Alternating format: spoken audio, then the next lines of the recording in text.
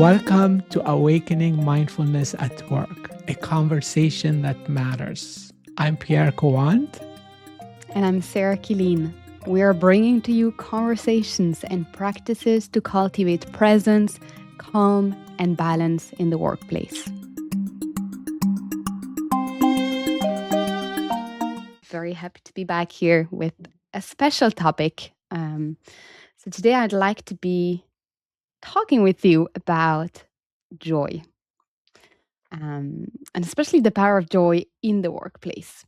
And I think it's something we've been discussing in the past, is how whatever we frequently think about, and whatever that our mind kind of where our mind is most often, this becomes its inclination, right? It just becomes, at the end of the day, it becomes who we are if we stay in those states for long enough. So the qualities that we choose to cultivate, every day, and sometimes that we do not choose to cultivate. I have to say that sometimes we're not completely in control when it comes to what we're thinking and what we're feeling, what we choose to do with it, should I say.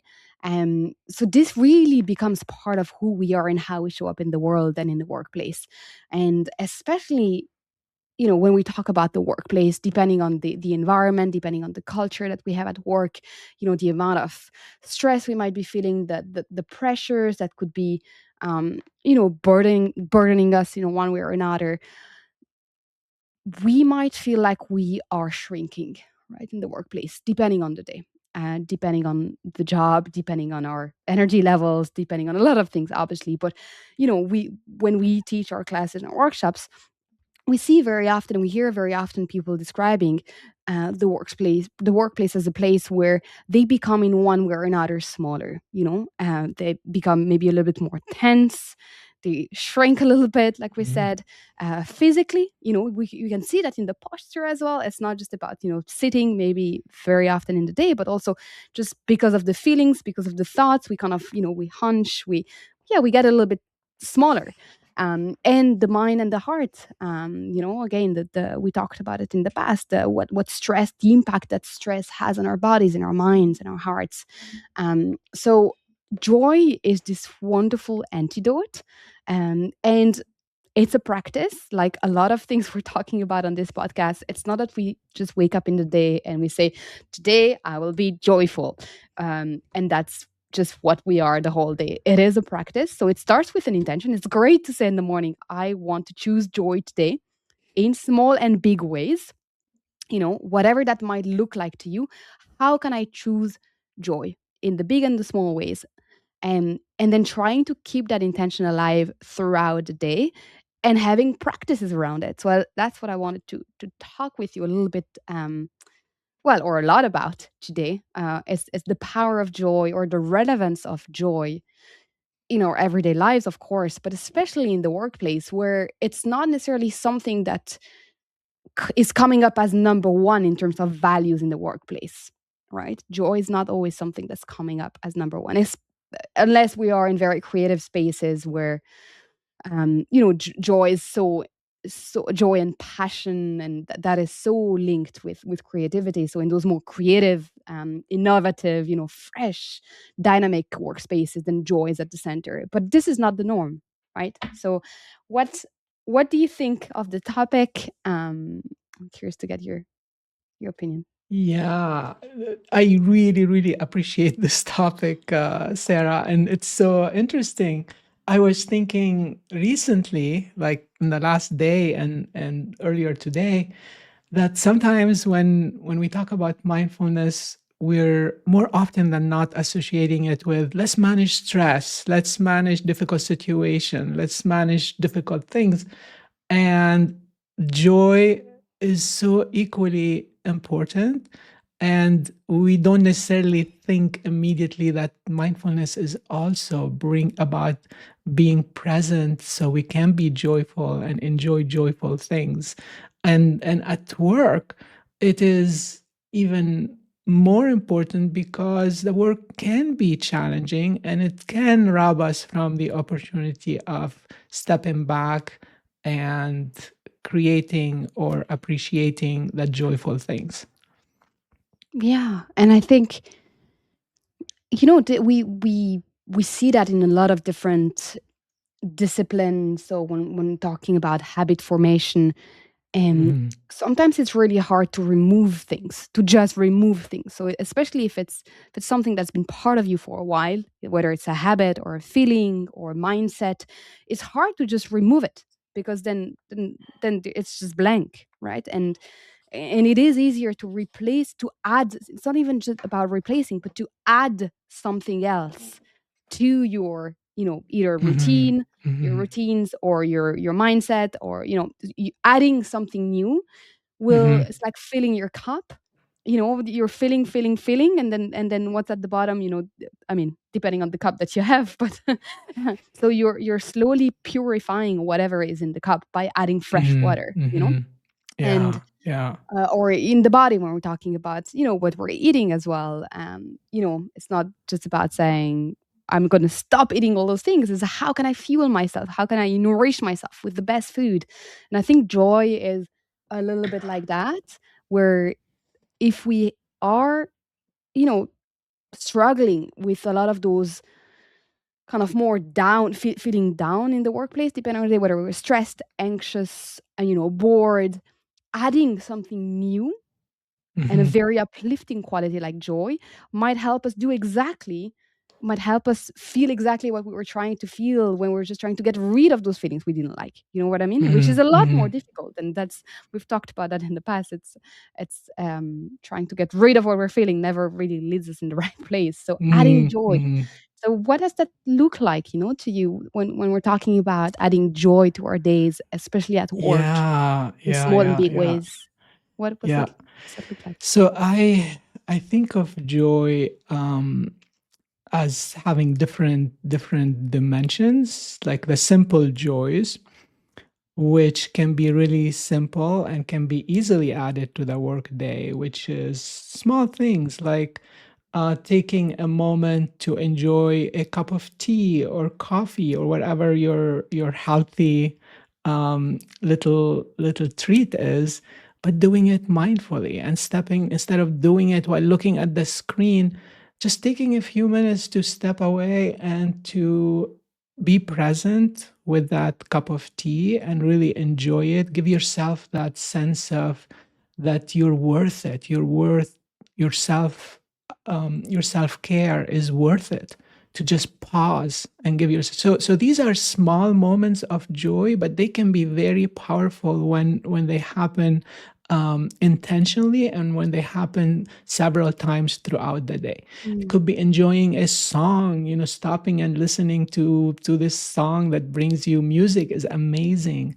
And it can be a great way to engage the senses and bring some very natural, organic type of joy. Um, yeah, so this is, but then go ahead, Sarah. I know there's something you Yeah, want to no, I was just interject here. I Okay. wanted to comment on that. I think mindfulness of the body is a wonderful gateway into more Mm, joy, mm, because also it doesn't depend. We always have that with us, right? Our body is here. Yes, we might be stuck in our heads. We might be, like you're saying, we're staring at the screen. We can be disconnected from the body. Coming back into the body, we can find so much joy in that. It can be mm, even just that sweetness of the how familiar a posture is, feeling the mm, the pleasure of breathing, noticing our thoughts. So, maybe the delight of, the space between thoughts, or how magical all of mm, this is, that we can sit, that we can think, this joy from resting in awareness, from being present. So I think mindfulness of the body, and you were talking about the senses, you were talking about being really present, as mindfulness of the body being such a powerful doorway into more presence. And that by definition means there's so much, there's a big opportunity to feel joy mm, there, mm, so, and to attune ourselves to the beauty that's right here, because this is not necessarily what we're practicing every day, right? Just looking around, feeling, sensing. It has to be a practice as well if we want to flex. yeah. We need to flex that muscle so that it gets stronger and stronger, and we do notice more and more, um, without necessarily trying hard to. It just comes to our attention more and more because we become more and more attuned to it. Hmm. Hmm. And yeah, I think the body has so many advantages in bringing us to the present and to joy, being joyful.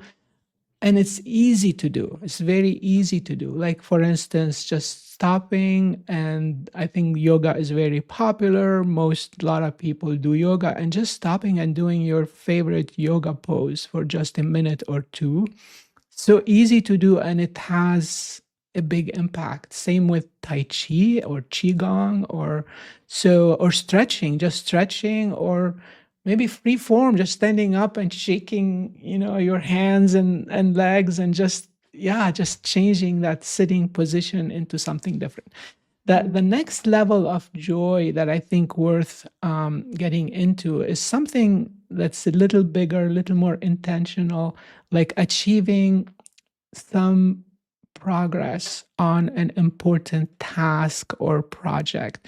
What happens in our typical workday, we do something, and before we even finish it, we're already worrying about the next thing and thinking about the next thing. And then we do the next thing, and then the same happens. And then we finish the day. We have done so much, and we haven't stopped to enjoy what we have done. So it is that being more intentional about, whenever we achieve even the smallest step, to step back and acknowledge that, and acknowledge and feel the joy of accomplishment, which is huge, especially at work. But normally, instead of feeling that small step, we're thinking about, oh, but that's a small step and there's much more to come. So shifting that thinking to being more, it's one step, and I want to appreciate this one step. um, Mm. Joy being very closely, joy and appreciation and working together there. I think joy and gratitude, mm, really mhm, working through together. And then if we go even deeper, I think there's another, an even deeper level of joy, which is more related to, our purpose. So a deeper level of mm, joy that would be more maybe working with content. It's more of a contentment, as a mhm, nuance than joy, but it's this deeper joy that is less dependent on the very specifics of the current circumstance. What am I working on right now, this very minute, or how is my body feeling right now in this very minute? But the bigger picture of, what am I about? So what is life about? What is my purpose? What is the purpose of this work too? And I remember reading a story. I mean, there's plenty of stories like that out there of people who are doing tasks and doing work that might look incredibly repetitive and boring from the outside. And they might have been doing it for 30 years or 40 years. And speaking to them, they would say, this is my art. It's a craft. I mean, it looks really boring and repetitive from the outside, but it's my purpose. It's my purpose. And I mm, found so much joy and contentment in being able to do that one thing extremely well, or just extremely, in a way that feels so familiar, that there can be so much joy in familiarity as well. It's a bit like intimacy, as in, it's this intimacy with the work that we're doing. It's the intimacy with what we're spending our hours, working on. Um, mhm. so yeah, zooming in and zooming out with joy. Yeah, yeah, yeah. Zooming in, zooming out. Yes. Um, what came to mind is also the joy of learning. So, could we, in our workday, no matter what the tasks are, look at, did we learn something? Can we learn something? Can we turn a task into also expanding some knowledge or some skills, and therefore enjoy that part? So yeah, the joy of learning and growing and Mm, feeling like we're adding more mm, skills. And yeah. then And um, thinking about what you just said there, the growth mindset, I'd say thinking about the growth mindset, I'm thinking about very similar qualities than the ones we've been using to describe joy, kind of this really uplifting qualities. So having momentum, mm, uplifting, It's like I'm blowing in the sails, kind of, if you think about a boat, it's kind of moving you forward, and giving you energy and strength. So, Mhm. yes, Mhm. learning, growth mindset. Yeah. Yeah. So there's is I know this is a big topic, Sarah, and I'd love us to continue on this one with more aspects, and because such an important part of how we can change how we feel about work. And so the one thing I want to mention is joy of enriching encounters at work. So can we look for them and appreciate them, those encounters where we had a really good exchange with someone, um, and that helped the relationship move forward, that helped us learn something, get an insight from someone, or share an insight from someone, and maybe look for those opportunities to do so, and that can brings another level of joy to the Mm. work day. And I think we can't wrap up this episode without talking about some kind of collective joy as well. So it's a really important Mm, practice to have in one's toolkit. If you want to experiment a little bit more with joy, is this concept, this practice of appreciative joy. So if you see joy out there, and again, if it's a practice, it is a practice of looking around and noticing joy where it is around you, even though you might not be feeling it yourself. It might be a colleague getting a promotion, someone getting a really important project over the line, someone is doing something or is growing, is accomplishing all those things that you mentioned. They are in that moment of joy, however big or small. It is so powerful to be able to tune into that joy and rejoice in it as well. This mm, this practice and this skill of appreciating joy in other people, delighting in the happiness of others. And there's different practices as well around that, but this is even more opportunities for us to feel joy. Think about how many people are around you in the workplace and in life. So if you could tune into every one of those people's joys, how much more joy could you experience? Could you experience? And so it's a very powerful practice.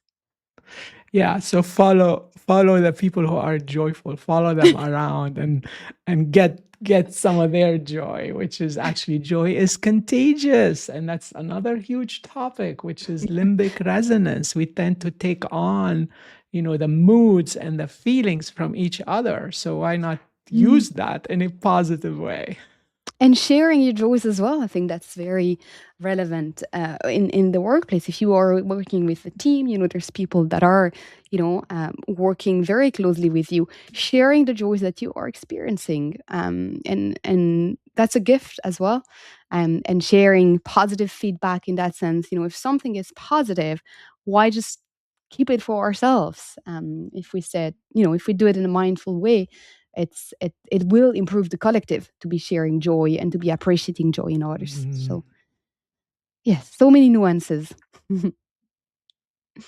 So I think that's a wrap for our episode today. Wishing you very joyful experiments this week. We hope we yes. have given you a few ideas. Sure, you will come up with a few new ideas, or rituals and practices that you already have to cultivate joy, in your everyday life and in the workplace. So wishing you a lot of joy and looking forward to being with you very soon again. Thank you, Thank Pierre. you, Sarah.